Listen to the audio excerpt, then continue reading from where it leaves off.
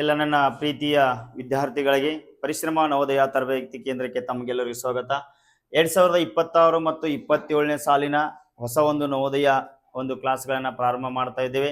ಅದರ ಜೊತೆಗೆ ಈ ವರ್ಷ ಪ್ರಾರಂಭವಾಗ್ತಕ್ಕಂಥ ಒಂದು ನವೋದಯ ಒಂದು ರೆಗ್ಯುಲರ್ ಬ್ಯಾಚ್ಗಳನ್ನು ಸಹ ನಾವು ಅಡ್ಮಿಷನ್ ಅನ್ನು ಸಹ ಪ್ರಾರಂಭ ಮಾಡ್ತಾ ಇದ್ದೇವೆ. ಅದರ ಜೊತೆಗೆ ಇವತ್ತಿನ ದಿವಸ ನಾವು ನವೋದಯ ಆನ್ಲೈನ್ ಕ್ಲಾಸ್ ಅನ್ನ, ಅದರ ಜೊತೆಗೆ ಸೈನಿಕ್ ಸ್ಕೂಲ್ ಆನ್ಲೈನ್ ಕ್ಲಾಸ್ ಅನ್ನ, ಮುರಾರ್ಜಿ ಆನ್ಲೈನ್ ಕ್ಲಾಸ್ ಅನ್ನ, ಆದರ್ಶ, ಹೀಗೆ ಹಲವಾರು ಸ್ಪರ್ಧಾತ್ಮಕ ಪರೀಕ್ಷೆಗಳ ಒಂದು ಆನ್ಲೈನ್ ಕ್ಲಾಸ್ಗಳನ್ನ ಇವತ್ತಿಂದ ಪ್ರಾರಂಭ ಮಾಡ್ತಾ ಇದ್ದೇವೆ. ಯಾವೆಲ್ಲ ವಿದ್ಯಾರ್ಥಿಗಳು ನೋಡ್ತಾ ಇದ್ದೀರಾ, ಈ ಒಂದು ವಿಡಿಯೋನ ಪ್ರತಿದಿನ ನೋಡಿ, ಶೇರ್ ಮಾಡಿ, ಲೈಕ್ ಮಾಡಿ, ಸಬ್ಸ್ಕ್ರೈಬ್ ಮಾಡಿ. ಅದರ ಜೊತೆಗೆ 2025 ಮತ್ತು 26ನೇ ಸಾಲಿನಲ್ಲಿ ವಿವಿಧ ಸ್ಪರ್ಧಾತ್ಮಕ ಪರೀಕ್ಷೆಗಳಿಗೆ ಹಲವಾರು ವಿದ್ಯಾರ್ಥಿಗಳು ಏನಪ್ಪಾ ಅಂತಂದ್ರೆ ಆಯ್ಕೆಯಾಗಿದ್ದಾರೆ. ಆ ವಿದ್ಯಾರ್ಥಿಗಳಲ್ಲಿ ಶಶಿಧರ್ ಗುಳೇದಾಗಲಿ, ಲಕ್ಷ್ಮಣ್ ಹಳಮಣಿ, ಮಲ್ಲಿಕಾರ್ಜುನ್ ತೇಲಿ, ಸಾಕ್ಷಿ ಇಪ್ಪರಿಗೆ, ಹರೀಶ್ ಕಲ್ಲಪ್ಪನವರ್, ಸುದೀಪ್ ಬಾಗಿ, ಹೀಗೆ 23ಕ್ಕಿಂತ ಹೆಚ್ಚು ವಿದ್ಯಾರ್ಥಿಗಳು ಆಮೇಲೆ ಸೈನಿಕ ಸ್ಕೂಲ್ಗೆ ಮತ್ತು ಮೊರಾರ್ಜಿ, ಆದರ್ಶ, ಅಲ್ಪಸಂಖ್ಯಾತರ ಮೊರಾರ್ಜಿ, ಹೀಗೆ ಉಳಿದ ಎಲ್ಲಾ ಸ್ಪರ್ಧಾತ್ಮಕ ಪರೀಕ್ಷೆಯಲ್ಲಿ ಆಯ್ಕೆಯಾಗಿದ್ದಾರೆ. ಹಾಗೆ ನೀವೆಲ್ಲರೂ ಎಲ್ಲಾ ಸ್ಪರ್ಧಾತ್ಮಕ ಪರೀಕ್ಷೆಯಲ್ಲಿ ಯಶಸ್ವಿ ಆಗ್ಬೇಕಾದ್ರೆ ಈ ಒಂದು ಪರಿಶ್ರಮ ತರಬೇತಿ ಕೇಂದ್ರಕ್ಕೆ ನೀವೆಲ್ಲರೂ ಏನ್ ಮಾಡ್ಬೇಕಪ್ಪ ಅಂತಂದ್ರೆ ರೆಗ್ಯುಲರ್ ಪ್ರವೇಶಗಳನ್ನ ಪಡೀರಿ. ಅದ್ರ ಜೊತೆಗೆ ಆನ್ಲೈನ್ ಮತ್ತು ಆಫ್ಲೈನ್ ಕ್ಲಾಸ್ಗಳದಾವ. ಇದೇ ಕ್ಲಾಸ್ಗಳನ್ನ ನಮ್ಮ ತರಬೇತಿಯನ್ನು ಪಡಿತಕ್ಕಂಥ ವಿದ್ಯಾರ್ಥಿಗಳು ಸಹ ಏನ್ ಮಾಡ್ತಾ ಇದ್ದಾರೆ ಅಂದ್ರೆ ಇವತ್ತಿನ ದಿವಸ ಕ್ಲಾಸ್ಗಳನ್ನ ಕೇಳ್ತಾ ಇದ್ದಾರೆ.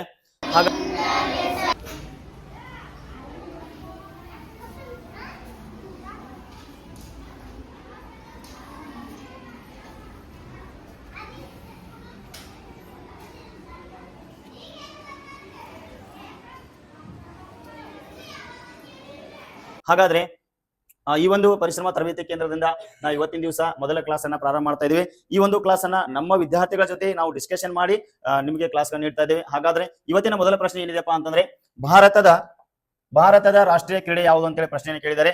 ಹಾಗಾದ್ರೆ ಭಾರತದ ರಾಷ್ಟ್ರೀಯ ಕ್ರೀಡೆ ಯಾವ್ದು ಅಂತೇಳಿ ನಮ್ಮ ವಿದ್ಯಾರ್ಥಿಗಳು ಹೇಳ್ತಾರ. ಯಾರು ಆನ್ಸರ್ ಆಗ್ತಿರ್ ಬಂದಿಲ್ಲಿ ಬರ್ರಿ.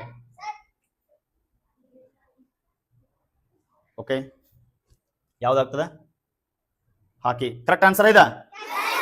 ಎಸ್, ಭಾರತದ ರಾಷ್ಟ್ರೀಯ ಕ್ರೀಡೆ ಯಾವ್ದ್ರಿ? ಹಾಕಿ. ಹೌದಾ? ನೋಡ್ರಿ, ನೆಕ್ಸ್ಟ್ ಪ್ರಶ್ನೆ ಏನಾಗ್ತದ ಅಂತಂದ್ರೆ ರಾಷ್ಟ್ರಕವಿ ಬಿರುದಾಂಕಿತ ಪ್ರಥಮ ಕವಿ ಯಾರು ಅಂತೇಳಿ ಪ್ರಶ್ನೆಯನ್ನ ಕೇಳಿದಾರೆ. ಬಹಳ ಇಂಪಾರ್ಟೆಂಟ್ ಆಗಿರ್ತಕ್ಕಂಥ ಪ್ರಶ್ನೆ. ಈ ಪ್ರಶ್ನೆಯನ್ನ ಈ ವರ್ಷದ ಒಂದು ಮೊರಾರ್ಜಿ ಪ್ರಶ್ನೆ ಪತ್ರಿಕೆಯಲ್ಲಿ ಕೇಳಿದ್ರು. ಈ ಪ್ರಶ್ನೆಗೆ ಉತ್ತರವನ್ನು ಏನ್ ಮಾಡ್ತಾರಪ್ಪ ಅಂತ ನಮ್ಮ ವಿದ್ಯಾರ್ಥಿ ಬಂದ ನೀಡ್ತಾರ. ಬೇಗ ಬರ್ಬೇಕು. ಯಾರ್ರಿ? M Govinda Pai. Correct answer ಇದೆ. ಏನ್ರಿ? ಭಾರತದ ರಾಷ್ಟ್ರಕವಿ ಅಂತ ಬಿರುದಾಂಕಿತ ಕವಿ ಯಾರು? M Govinda pi. ಎಸ್, ಹೌದಾ? ಮುಂದಿನ ಪ್ರಶ್ನೆ ನೋಡ್ರಿ, ಇತ್ತೀಚೆಗೆ ಭಾರತದ ಸೈನ್ಯ ಕೈಗೊಂಡ ಕಾರ್ಯಾಚರಣೆ ಯಾವುದು ಅಂತೇಳಿ ಪ್ರಶ್ನೆಯನ್ನು ಕೇಳಿದಾರೆ. ಇತ್ತೀಚೆಗೆ ಭಾರತ ಸೈನ್ಯ ಕೈಗೊಂಡ ಕಾರ್ಯಾಚರಣೆ, ಈ ಪ್ರಶ್ನೆಯನ್ನು ಸಹ ಮೊರಾರ್ಜಿ ಒಂದು ಪ್ರಶ್ನೆ ಪತ್ರಿಕೆ ಒಳಗ ಈ ವರ್ಷ ಕೇಳಿದಾರೆ. ಹಾಗಾದ್ರೆ ಯಾವ್ದಾಗ್ತದ್ರಿ ಇಲ್ಲಿ? ನೆಕ್ಸ್ಟ್ ಬರಬ ಯಾವ್ದು? ಯಾವ್ದ್ರಿ? ಎಸ್, ಆಪರೇಷನ್ ಸಿಂಧೂರ. ನೋಡ್ರಿ, 2025 ಏಪ್ರಿಲ್ 22ರಂದು ಕಾಶ್ಮೀರದ ಪಹಲ್ವಾಮ್ ನಲ್ಲಿ ಪ್ರವಾಸಿಗರ ಮೇಲೆ ನಡೆದ ಒಂದು ಭೀಕರ ಭಯೋತ್ಪಾದಕರ ದಾಳಿ ಇದೆ. ಹೌದಾ?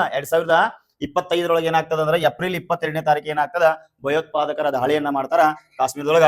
ಈ ಕಾರ್ಯಾಚರಣೆಯನ್ನು ಕೈಗೊಳ್ಳಲಾಯಿತು. ಈ ದಾಳಿಯಲ್ಲಿ 25 ಭಾರತೀಯರು ಮತ್ತು ಒಬ್ಬ ನೇಪಾಳಿ ಪ್ರಜೆ ಸೇರಿದಂತೆ ಒಟ್ಟು 26 ಅಮಾಯಕರು ಮೃತಪಟ್ಟರು. ಎಷ್ಟು ಜನ ಸತ್ರಂತ ಇದ್ರೊಳಗ? 26 ಜನ ಏನಾಗ್ತಾರ ಮೃತಪಡ್ತಾರ. ಆ ಒಂದು ಕಾರ್ಯಾಚರಣೆಗೆ ನಾವ್ ಏನಂತ ಕರಿತೀವಿ? ಆಪರೇಷನ್ ಸಿಂಧೂರ ಅಂತೇಳಿ ಕರಿತೀವಿ. ಏನಂತ ಕರಿತೀವಿ? ಆಪರೇಷನ್ ಸಿಂಧೂರ.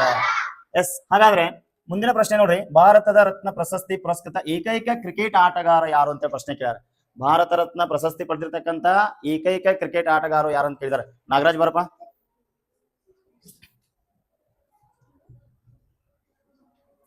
ಯಾರು? ಎಸ್, ಸಚಿನ್ ತೆಂಡೂಲ್ಕರ್. ಕ್ರಿಕೆಟ್ ದೇವರು ಅಂತೇಳಿ ಸಹ ಏನ್ ಮಾಡ್ತಾರಂದ್ರ ಇವರನ್ನ ಕರೀತಾರ. ಭಾರತ ರತ್ನ ಪ್ರಶಸ್ತಿ ಪಡೆದಿರ್ತಕ್ಕಂತ ಏಕೈಕ ಕ್ರಿಕೆಟ್ ಆಟಗಾರ ಯಾರ್ರಿ? ಸಚಿನ್ ತೆಂಡೂಲ್ಕರ್. ಇವ್ರನ್ನೆಲ್ಲರೂ ನೋಡಿರ್ಲೆ? ಎಸ್, ಏನ್ ಮಾಡ್ತಾರ ಇವರು? ಎಸ್, ಕ್ರಿಕೆಟ್ ಆಟಗಾರ.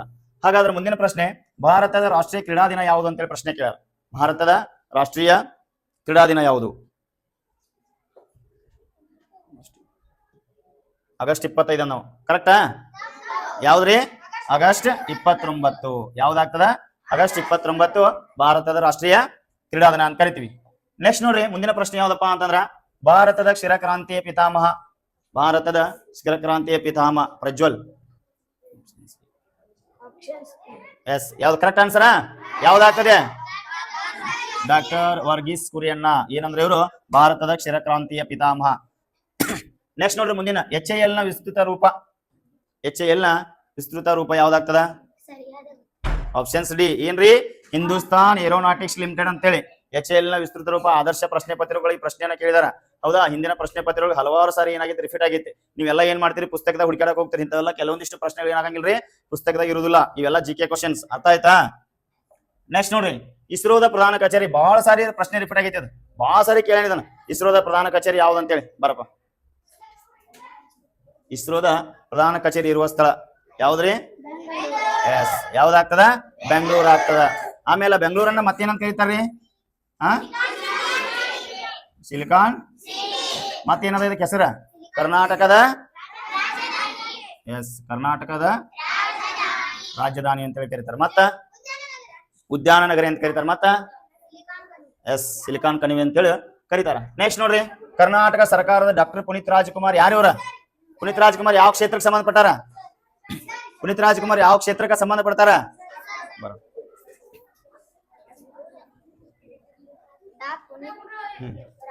ಎಸ್, ಯಾವ್ದಾಗ್ತದ? ಪುನೀತ್ ರಾಜ್ಕುಮಾರ್ ಹೃದಯ ಜ್ಯೋತಿ ಯೋಜನೆ. ಯಾವ ಜ್ಯೋತಿ ಯೋಜನೆ ರೀ? ಎಸ್, ಪುನೀತ್ ರಾಜ್ಕುಮಾರ್ ಏನ್ ಮಾಡ್ತಿದ್ರಿ ಇವ್ರ ಕೆಲಸ? ಏನ್ರಿ? ಸಿನಿಮಾ ಕ್ಷೇತ್ರಕ್ಕೆ ಸಂಬಂಧಪಟ್ಟವ್ರ. ಅರ್ಥ ಆಯ್ತಾ? ನೆಕ್ಸ್ಟ್ ನೋಡ್ರಿ, ಮುಂದಿನ ಪ್ರಶ್ನೆ. ಸಾಂಸ್ಕೃತಿಕ ನಗರಿ ಎಂದು ಪ್ರಖ್ಯಾತವಾಗಿರುವ ಕರ್ನಾಟಕದ ನಗರ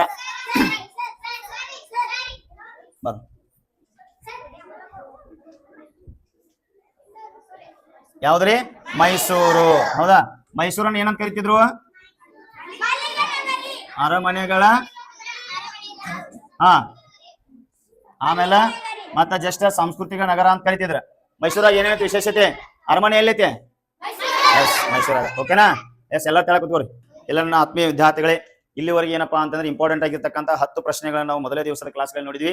ನಾಳೆಯಿಂದ ನಾವು ಏನ್ ಮಾಡ್ತಾ ಇದ್ವಿ ಅಂದ್ರ ನವೋದಯ, ಸೈನಿಕ ಮತ್ತು ಆದರ್ಶ, ಆಳ್ವಾಸ್ ಹೀಗೆ ಹಲವಾರು ಸ್ಪರ್ಧಾತ್ಮಕ ಪರೀಕ್ಷೆಗಳ ಆ ಒಂದು ಶಿಲಾಭ್ಯಾಸವಾರು ಕ್ಲಾಸ್ಗಳನ್ನ ಪ್ರಾರಂಭ ಮಾಡ್ತಾ ಇದ್ದೇವೆ. ಯಾವೆಲ್ಲ ವಿದ್ಯಾರ್ಥಿಗಳ ಕ್ಲಾಸ್ಗಳನ್ನ ನೋಡ್ತಾ ಇದ್ದೀರಾ, ಈ ಒಂದು ವಿಡಿಯೋನ ಶೇರ್ ಮಾಡಿ, ಲೈಕ್ ಮಾಡಿ, ಸಬ್ಸ್ಕ್ರೈಬ್ ಮಾಡಿ. ನಮ್ಮ ಮುಂದಿನ ಕ್ಲಾಸನ್ನ ಮತ್ತೆ ನಾಳೆ ನಾವು ಭೇಟಿಯಾಗೋಣ. ಎಲ್ಲರಿಗೂ ಧನ್ಯವಾದಗಳು.